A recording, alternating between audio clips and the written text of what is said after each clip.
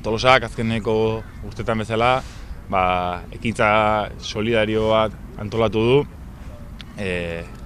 San Filipo investigazioan alde hasi ginen ekintza sozial bat iten. Zaporeak ONG-ari lagundu nahi diogu, bai diru pixka bat eta elikagaiak hartzen greziar irletan dauden errefuxiatuen alde.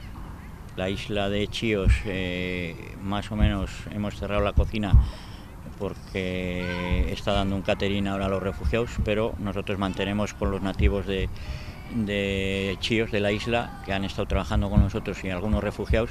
Estamos dando de comer un poquito a los apartamentos donde en este invierno tan duro que ha sido allí, el ayuntamiento de Chios ha metido a los, vamos a decir, familias, niños y mujeres, les han metido en los apartamentos. Entonces nosotros seguimos dando de comer allí. Y bueno, hay otros proyectos dentro de la isla que, bueno, pues que es muy posible que tengamos que volver. El otro día nos comentaba el alcalde de la isla que, bueno, pues que los refugiados están muy nerviosos porque el cambio de comida ha sido muy drástico, muy fuerte de lo que estábamos dando nosotros a lo que da el catering. Amaitzeko komentatu,